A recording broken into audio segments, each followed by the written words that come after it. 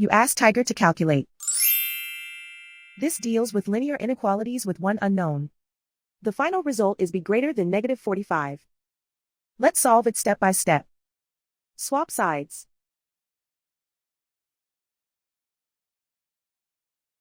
Isolate the b. Multiply both sides by inverse fraction 3 over -1. Whenever you multiply or divide by a negative, reverse the inequality sign.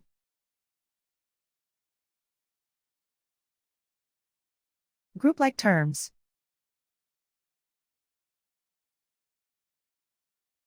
Multiply the coefficients.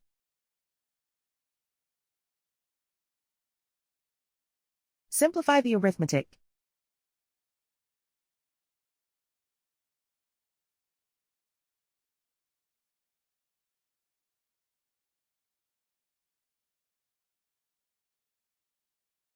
Plot the solution on a coordinate grid. And so the final result is b greater than -45.